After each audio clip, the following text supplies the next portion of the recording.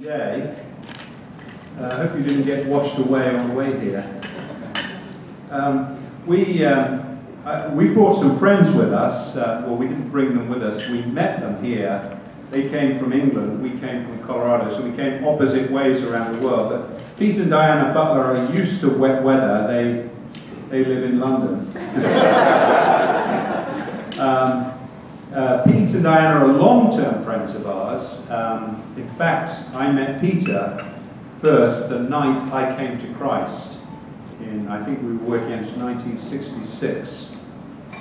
And Peter and some friends who had been involved in the Navigator ministry amongst businessmen in London came up to the campus where I was a first-year student to do an evangelistic weekend, reaching out to students. And one of Peter's friends, a young man called Gordon Scott, he was young then, he's not so young now, actually led me to Christ on the Saturday evening that they were there. But I was the only one who came to Christ that weekend, and Peter told me at lunchtime yesterday that when they were driving back to London at the end of that weekend, they thought that the weekend had been a failure. So I hope that by bringing Peter with me on this trip, he would understand that it wasn't actually a failure. Though he may still feel so. But Peter's also been the chairman of the board of the Navigators in London, in England. And both Peter and Diana, as business people, have devoted a lot of time and energy to strengthening and encouraging the British Navigator work and also the work in Africa, as we drew them into friendship and partnership with us in the work in Africa over the years. So it's wonderful, Pete and I, thank you very much for being with us. But thank you all for being here. I want to share a little bit with you about the work of the Navigators around the world. It's one of the incredible opportunities that Chris and I have to go into many different situations in many countries and to meet many wonderful people who've come to Christ through the Navigator ministry and growing and following Christ today because of the impact of the Navigators in their lives. And I know that story is repeated many times in this room. The Navigators is, we talk about being a worldwide partnership of ministries. A phrase at the bottom of this slide from our vision statement, to see workers for the kingdom next door to everyone. Every one of us is planted by God in a context of family and friendships, which is God's plan for our lives. As I look around this room, and I look at each one of you, I know that each of you is uniquely positioned by God, just where He intended you to be. There are people in your life that you are better placed to help than anybody else is. That God intends and wants to communicate His love through you in the environment in which He placed you and in the natural networks of friends and family. And our longing as Navigators is to see such people like us, workers for the kingdom, ordinary people who love Jesus and want to follow Him and want to be carriers of His love next door to everywhere in this world. We don't want anybody in the world to grow up without coming into contact with someone in whose life and through whose words they can hear and experience the good news of Jesus. And so that's our vision, to see workers for the kingdom next door to everywhere. I wanted to start by reflecting briefly on this passage, this verse from Isaiah. I don't know whether you've ever meditated on this verse before. God says this, "Listen to me, you who pursue righteousness, who seek the Lord. Look to the rock from which you were cut, and the quarry from which you were hewn. Look to Abraham your father, and to Sarah who gave you birth. When I called him, he was but one, and I blessed him. and made him many. Why does God ask us today, people living in the 21st century, to look all the way back to Abraham and Sarah? What does God mean when he says, look to the rock from which you are cut, the quarry from which you are hewn?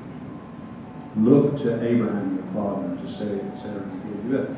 The fact is that if we could trace our ancestry of faith back all the way, we would, each of us, we trace it back to Abraham and Sarah.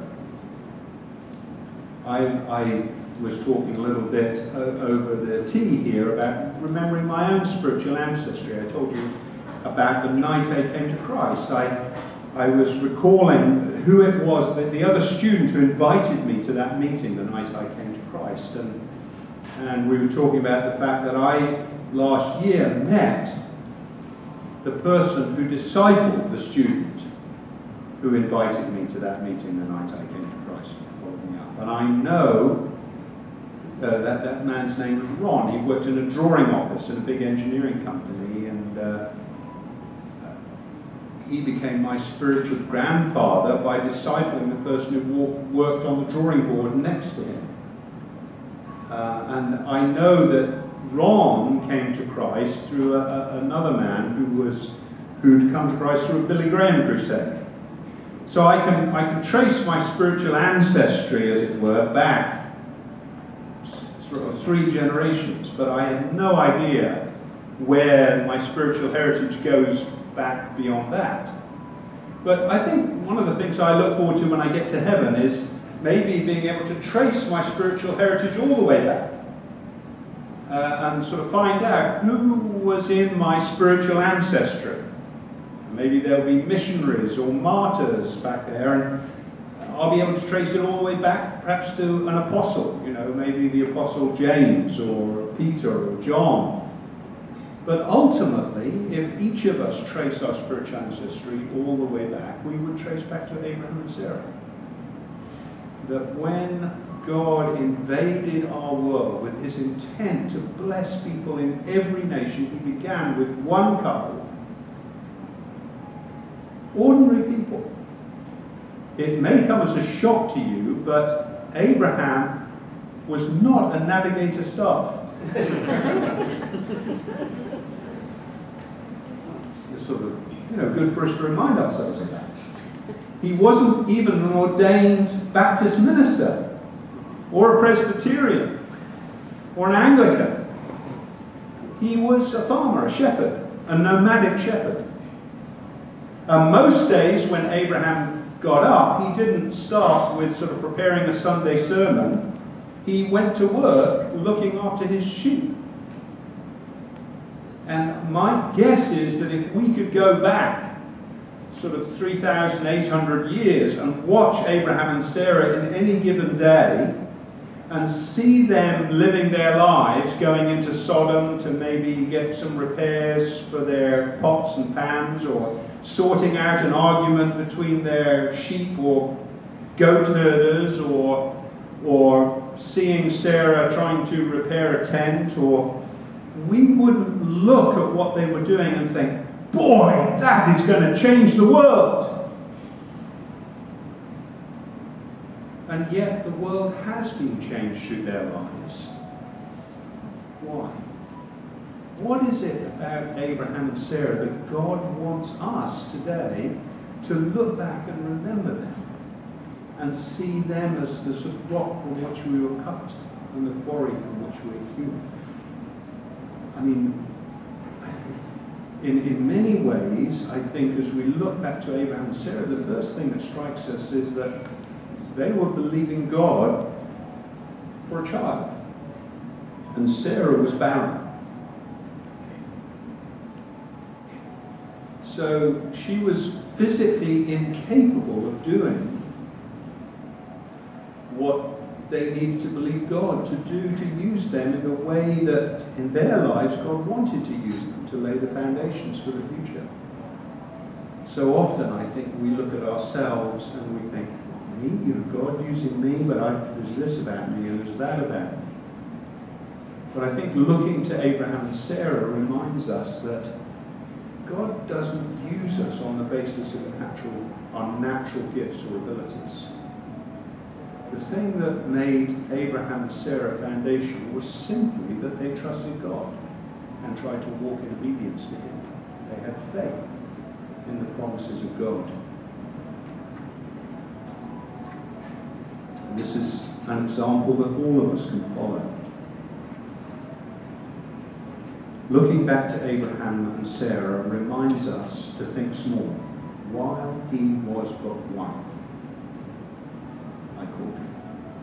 So often I think what prevents God using us in the place in which He's put us is we just think that, well, what can I do? I'm only me. I'm only small. What I do would not be significant in any way. But looking back to Abraham and Sarah reminds us that God chooses to use small, insignificant events. I found out that the way I ended up coming to Christ was because the young man who discipled me was led to Christ and discipled by a man in the same drawing office in an engineering company who simply made a commitment to the Lord one day in a quiet time that he would reach out to this other young man in the drawing office by going to lunch with him every day. As a result of that decision, he started to share Christ with him. My friend George came to Christ. Ron started discipling him, passed on to him all that he knew, and when George got a scholarship to study at university, Ron told him, when you go to university, why don't you go praying that God would lead you to someone who He's prepared that you could pass on the things that I've shared with you. It's uncanny for me to stop and think that my spiritual heritage began with that small decision. While he was but one, I called him. Looking to Abraham and Sarah reminds us to think small. It also reminds us to think big. While he was but one, I called him, and I blessed him and made him many. You remember, God called Abraham out of his tent one night and asked him to number the stars, and said to him, so shall your descendants be. And the scripture tells us that he believed the Lord, and God counted it to him as righteousness. As we sit here today, you and me, we're in our ordinariness, in the sort of shattering, overwhelming, staggering ordinariness of our lives, with all the pressures and time demands that face us every day. God is calling us to look back to Abraham and Sarah. Why? To set aside our feelings and inadequacy. To realize that the one small thing that we might do in faith and obedience, in reaching out in our natural network, a decision to start praying for a neighbour, a choice to share the gospel with a colleague, a renewed commitment to disciple our own children, whatever it is that God is speaking to us about, we can take that step believing that God is doing the same through our lives as He did through Abraham and Sarah. Calling us to trust Him so that He can bless us, and through us can bless people around us, and through that He can multiply that blessing beyond anything we can imagine. Now you say, well, that's very nice, Mike, but it all is 3,800 years ago. But our own history as a Navigator movement illustrates exactly the same principle. The Navigators began in the 1930s through a young man who was a truck driver. He wasn't a full-time Christian worker, he wasn't a pastor. He was a truck driver who began sharing Christ with young people in his local church.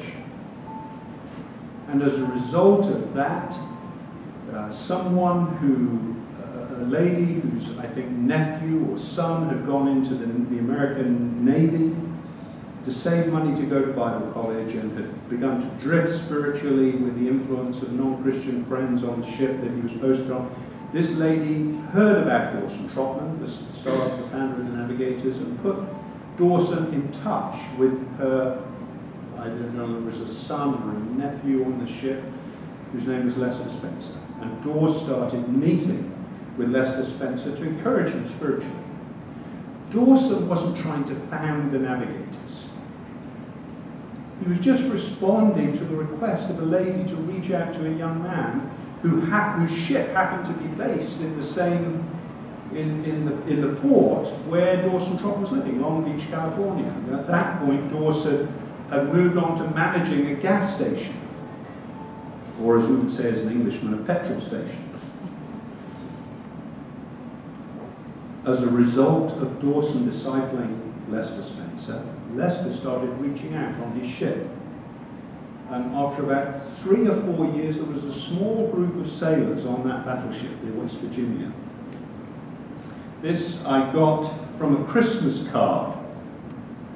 Inside the Christmas card, this was written: "The Navigators Gospel Team of the USS West Virginia will unite with you in asking that this commemoration of our Lord's birthday may establish our hearts and your heart to steadfastly proclaim Christ to those who do not know him."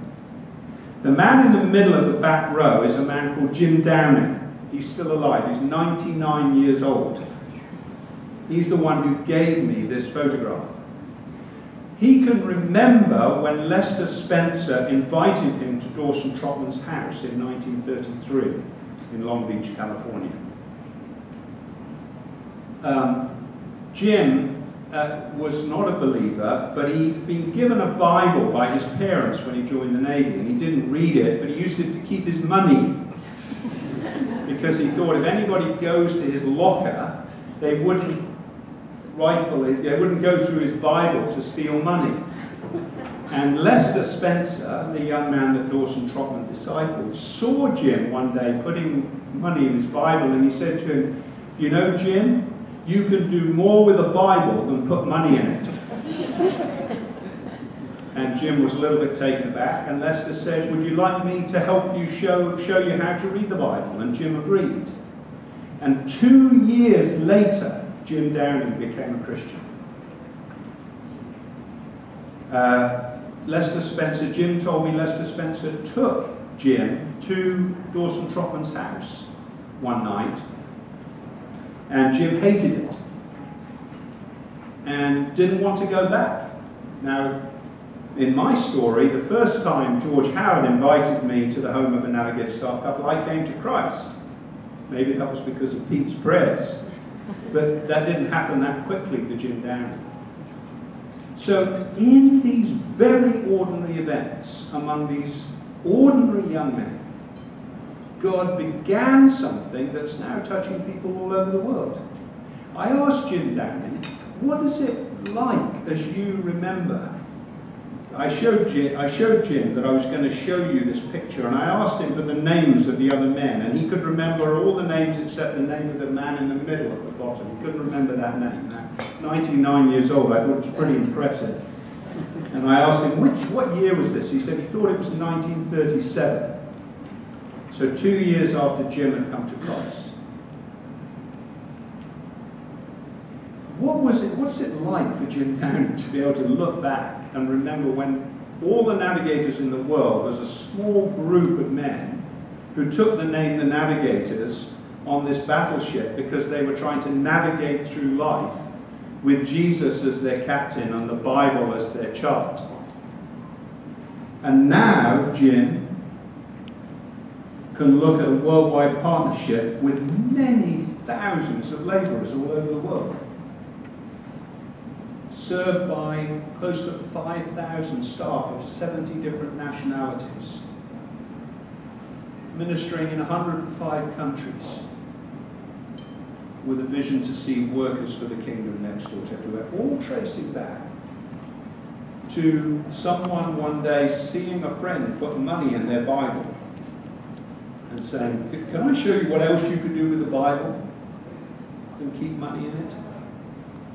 It's exactly the same principle as we see when we look back to Abraham and Sarah. Let's not neglect the incredible significance of our own lives and our own faith choices. Steps of faith and obedience that you and I take this week could result in a chain reaction that ends who knows where. The Navigator work is in 105 countries today, and there are probably more than that, but that's the ones I know about. I don't know everything that's going on in the Navigators, that's for sure. We're divided into 7 regions. The North America region, which is the birthplace of the Navigator movement. There are still initiatives of faith being taken. One of the tiny dots on this map, on the red part of this map, is the island of Trinidad, which is where the Caribbean islands swing down to the green of South America. Just before it reaches the South American coast is the island of Trinidad. There's a University of the West Indies there, which has 18,000 students from all over the Caribbean. This year, the Navigators are intending to start a Navigator campus ministry at the University of the West Indies in Trinidad. For years, the US Navigators have been sending missionaries, but we've always flown over the Caribbean to get somewhere else. I find it thrilling to think that there are young people who are going to come to Christ at the University of Trinidad in this next couple of years, who are going to become the foundations of a gospel multiplying movement through the West Indies. The Navigators have been ministering in Latin America since the ministry in Latin America was started in Brazil in the early 60s. The work in Latin America today is led by Raul and Patty Ortiz. They're Mexicans who are missionaries in Uruguay, in the southern cone of Latin America. A friend of mine was in Mexico City, in Raul and Patty's home country, recently, and met a young, well, not young now, a Nahuatl Indian lady, indigenous Mexican lady, who with her brother, has started a gospel movement among her own people, the Nahuatl Indians of central Mexico. She came to Christ when she was working as a maid in the home of a Mexican lady in Mexico City. A young single Navigator missionary who was on a short-term program came to Mexico City to join the Navigator team there to help with student ministry. This young woman, young American woman, was living in the home of this Mexican lady where Esperanza worked as a maid. One day, the young American missionary asked Esperanza, "Do you know God?" And Esperanza said, "Yes." She said, "Do you know about Jesus?" And Esperanza said, "Yes." She said, "Have you ever read the Bible?" And Esperanza said, "No." So she asked Esperanza, would you be interested in reading the Bible? And Esperanza said, "Yes." So they agreed to meet before Esperanza came to work every Saturday morning. And they started meeting on a park bench in the nearby park to read the Bible together. Esperanza came to Christ. That was 30 years ago. Today, as a result of that one initiative by that one young American missionary reaching out to a maid in the house in which she was staying, there are hundreds of people in Esperanza's family and village who've come to Christ through that one initiative of faith. After my friend was down there and met Esperanza and heard her story, she tracked down that lady who 30 years ago had been a young single missionary, and managed to track her down, phoned her up, and asked her had she kept in touch and did she know what was happening. She had no idea what God had done through her simple act of faith. Stories like that are being reenacted all over our world.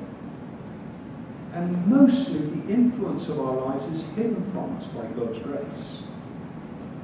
But we need to look to the rock from which we're cut. We need to learn the lesson and be who God wants us to be where we are and trust Him to use us. Bernie and Joe Dodd are friends of Pete and Diana and Chris and I, a British couple who pioneered the Navigator work in French-speaking Africa, and for the last 10 years have been leading the Navigator work in Europe. Pray for the Navigator work in Europe. It's very, very challenging these days. There are exciting new beginnings and things happening in the Dutch student ministry, but in many parts of Europe, the Navigator work is really struggling with the onset of secularism and the difficulty of interesting young people in reading the Bible. Bulus and Salama Bosan are Nigerians who've been missionaries for many years in Uganda. They lead the Navigator work in Africa today. We were in Africa in October and heard about the way the Navigator work is growing in Burkina Faso. How many people know where Burkina Faso is on the map? It's not one of those countries that we study in geography usually. It's a French-speaking country in West Africa, just north of Ghana on the West African coast. It's a Muslim country, a very, very poor country, one of the poorest countries in the world. The Navigator ministry there has been working in the teacher training college that trains high school teachers. The high school teachers get scattered all over the country. We now have Navigator ministries in 23 locations in Burkina Faso, being led by high school teachers. It's one of our fastest growing ministries in Africa. We have no full-time Navigator staff in Burkina Faso at all. They're just all young men and women, mostly high school teachers. Again, the seeds of that work reach back to Lester Spencer's conversation with Jim Downing about whether to keep money in the Bible. Jeff and Carla Steinke lead the work in Eurasia, the former Soviet Union. That's probably the part of the world that is the most needy in Navigator circles. We really need to see young men and women in Russia and Kazakhstan and Uzbekistan and Kyrgyzstan and Azerbaijan rise up and take leadership, and we haven't really seen that happen yet. And then the Navigator work in Asia. Alan and Connie Chung, many of you will know, Malaysian, Chinese. Alan, I just invited Alan to join my international executive team. And Alan is actually no longer the Asia Pacific director. He and his wife planning to move to Colorado Springs in April. He'll be the first Asian to be part of the international executive team of the Navigators, and Chiho and Alice Quay are taking over the leadership of the Asia Pacific region. One of the thrilling experiences I had last year was to visit the island of Tonga. You know where Tonga is on the map? There's a vibrant Navigator ministry in Tonga. Mogan knows Paula Taufa, who leads the work there. Paula told me that they, we have this vision statement as Navigators, see workers for the kingdom next door to everywhere. Paula told me that they plan to be the first ministry, Navigator ministry, to literally have a Navigator worker next door to everywhere in Tonga. And they've got a vigorous plan to see that happen. When we were at this conference that I spoke at, they had members of the royal family there. I was in a Bible study group with the prince and princess, and the prince was telling me about the transforming power of the gospel in his life as a result of being in a Navigator Bible study. And his sister, the princess, told me she wished her mother, the queen, was still alive to see the change in her brother.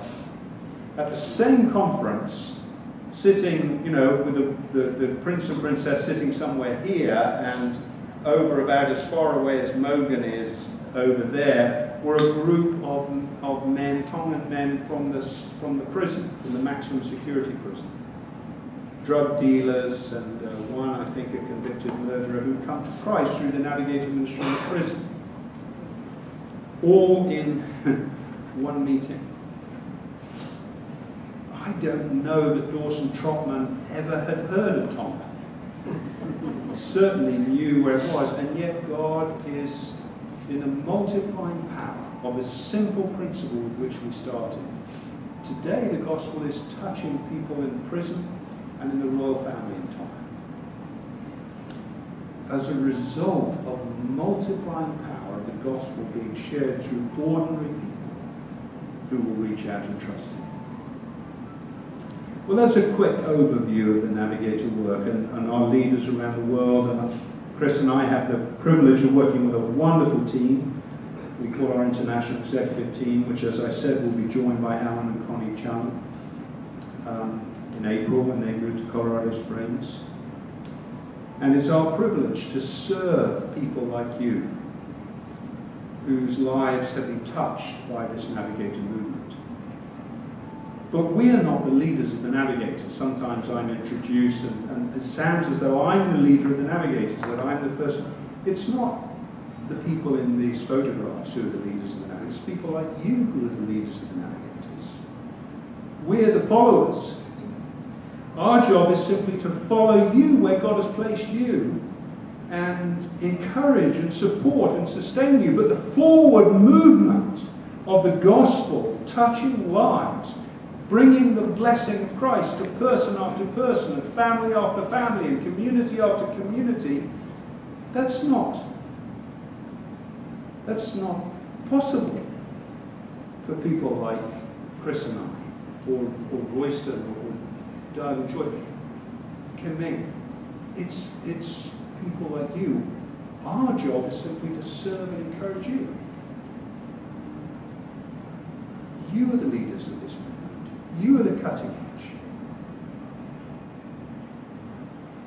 You are the Dawson Trotman and Jim Downings, the Abraham and Sarahs, through whom God is touching people with the blessing of Christ. This is our vision. Workers for the kingdom, next door to everywhere. Let's pray, shall we?